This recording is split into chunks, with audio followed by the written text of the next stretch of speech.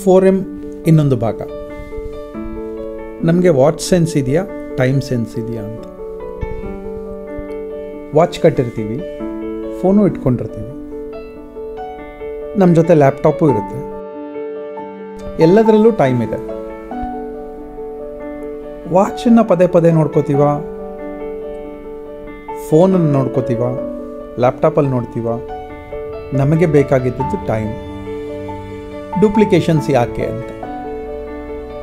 ವಾಚನ್ನು ಭೂಷಣವಾಗಿ ಕಟ್ಟೋದಿದ್ರೆ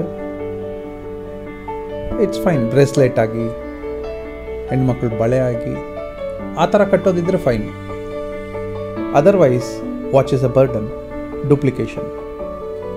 ಈ ಅನಾಲಿಸಿಸ್ ಬರ್ತಾ ಇದ್ದ ಹಾಗೆ ಒಂದು ಪದಾರ್ಥವನ್ನು ತೆಗೆದಿಡ್ತೀವಿ. ಈ ಎರಡರಲ್ಲಿ, ಫೋನು ಮತ್ತು ವಾಚಿನ ಮಧ್ಯದಲ್ಲಿ ಚೂಸ್ ಮಾಡಿಕೊಂಡಾಗ ವಾಚನ್ನು ತೆಗೆದಿಟ್ರೆ ಆಯಿತು, ನಮಗೆ ಟೈಮ್ ಒಂದೇ ಇರುತ್ತೆ. ಫೋನ್ನಲ್ಲಿ ನಮಗೆ ಟೈಮ್ ಸಿಗುತ್ತೆ, ವಾಚಲ್ಲೂ ಟೈಮ್ ಸಿಗುತ್ತೆ. ಈ ಎರಡರ ಟೈಮನ್ನು ಕೀಪಪ್ ಮಾಡ್ತಾ ಇದ್ದೀವ ಅಂತ. ಸೊ 4M ಅಲ್ಲಿ ಅನಾಲಿಸಿಸ್, ಇದು ಬೇಕಾ ಬೇಡವಾ, ಈ ಪದಾರ್ಥ ಬೇಕಾ ಬೇಡ, ಇದು ಬರ್ಡನ್ನ ಅಥವಾ ಉಪಯೋಗಕ್ಕೆ ಬರ್ತಾ ಇದೆಯಾ.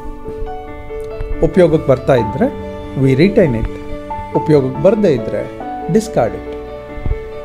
Thank you.